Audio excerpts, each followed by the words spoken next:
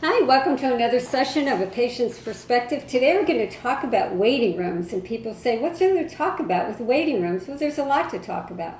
I was at an orthopedics once, and patients get talking in the waiting room, and we discovered that all four of us had an appointment at the exact same time with the same surgeon. So we went to the receptionist and said, hey, what's up?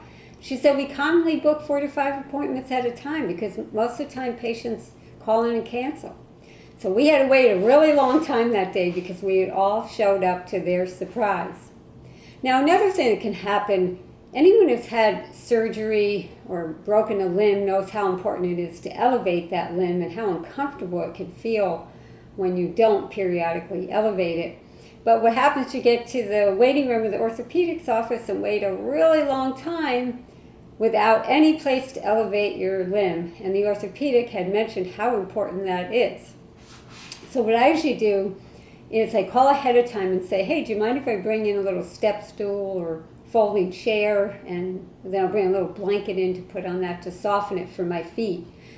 But you do want to ask ahead because they don't want patients just coming in with all kinds of equipment for liability and safety reasons. But they did let me in my case, and it helped me tremendously. I was there over 2 hours in the waiting room. And I understand how orthopedics can get backlogged. I mean, they really don't know what they're getting into from minute to minute, probably because there could be an emergency or things could take longer than anticipated. Now, another thing that can happen is if you get care at someone's home, let's just say it's a massage therapist, acupuncturist, rolfer, physical therapist, so forth, ask ahead of time what their situation is for the waiting room. Sometimes I've been to these places and the waiting room is a car, just like it was sometimes during the COVID days. And I had another situation where I told the massage therapist ahead of time that I had a bladder problem, so I wanted to make sure I had a place to wait. And she said, oh yes, no problem. Well, I got there on a cold, dreary winter's day. It had snowed the day before. It was kind of icy on her porch. No place really to sit down because everything was kind of wet and crunchy. So there was a sign on the door that said, please do not disturb in session. So the waiting room was her porch outside. So I could just about stand it in the cold, maybe about 15 minutes. And after 20 minutes, I had to go to the bathroom, so I had to leave and go to a supermarket, came back. Now by this time, 45 minutes had gone by and she still wasn't out, so I left. And she called me later mad, and I told her I thought she was being unprofessional not to have told me, and obviously I didn't go back to her. But just make sure you understand the situation you're getting into with that waiting room. Something else that can drive me nuts in waiting rooms is some of the videos that seem to be more for marketing. When I was getting my chemotherapy, prior to each session, we would get our blood counts checked. And there would always be a video playing about every type of cancer you could imagine. And I would have preferred a much more uplifting video. I know some of the other patients there as well remarked about that.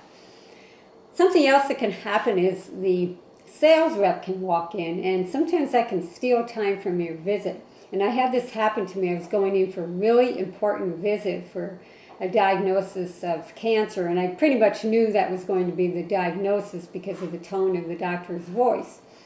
So I was the only one in the waiting room, happy that I had all this time with the doctor, and in walks that sales rep with that little black bag.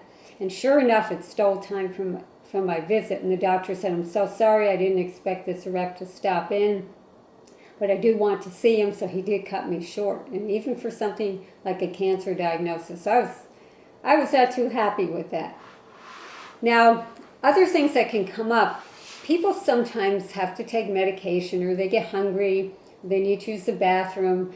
And in these waiting rooms, you can just wait a really long time, and especially difficult for people who have to take medicine or eat food a certain time. So if you have those types of needs, be sure you discuss it beforehand with the receptionist or when you get there and say, hey, I've got to step into the hallway a little bit and just take some meds or get a bite to eat and so forth. Same thing if you need to use the bathroom and it's down the hallway. Tell the receptionist so they know where you are. Once I had stepped out and I didn't tell anyone, and then I came back. I was waiting a really long time trying to figure out why. And they thought I had left because apparently they called me when I had stepped out. So you have to think of those things as well. Now, other things that can come up in these waiting rooms, there's all sorts of things. When patients get talking and say, hey, what time was your appointment? You know, my appointment was that time, similar to what I mentioned earlier in the video. But sometimes people really do have the same appointment, but they're not seeing the same doctor, or maybe one has a test and the other has an appointment with a doctor. So just because you have the same time doesn't always mean it's with the same doctor for the same reason and so forth. So just keep that in mind, because a lot of people do get talking about that. The other thing I've seen is some of the offices have really uncomfortable chairs, and ironically so in some of the physical therapy offices.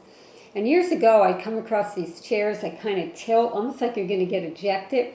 And it was thought that they were good for alignment or something, but not everybody's the same with that. Some people could not tolerate that slant, and I was one of those people. So many times I'd be talking to people in the waiting room, and we would take these magazines and kind of put them under the chair to level it out. And that was the only thing that enabled us to sit there. And a lot of times we were sitting there for a really long time. So I just encourage places to be sure you have comfortable chairs for at least the majority of the population that will be there. Other things that can come up, people that take Dial-A-Ride, if they're up, let's say, for example, on the second, third, fourth floor, and they cannot see out, there is no window to see out, they can't see if their ride is coming. So this waiting room becomes difficult for them when they're getting ready to leave. And if they go downstairs to wait for Dial-A-Ride and they need to use the bathroom, sometimes the bathroom is only up on that level where they were. There may not be one on the ground floor. Or if the Dial-A-Ride takes a long time, they've got to go back up. So it presents a problem. So if you've never been to a doctor's office before, it's a good idea to check these types of situations out, what the waiting room is like, can you see out of the window, and so forth. So these are just some things that I've thought of that you might want to think about if you're in the waiting room. And I hope these little insights give you some food for thought, and I hope you join me next Friday. Thanks for joining me today. Bye.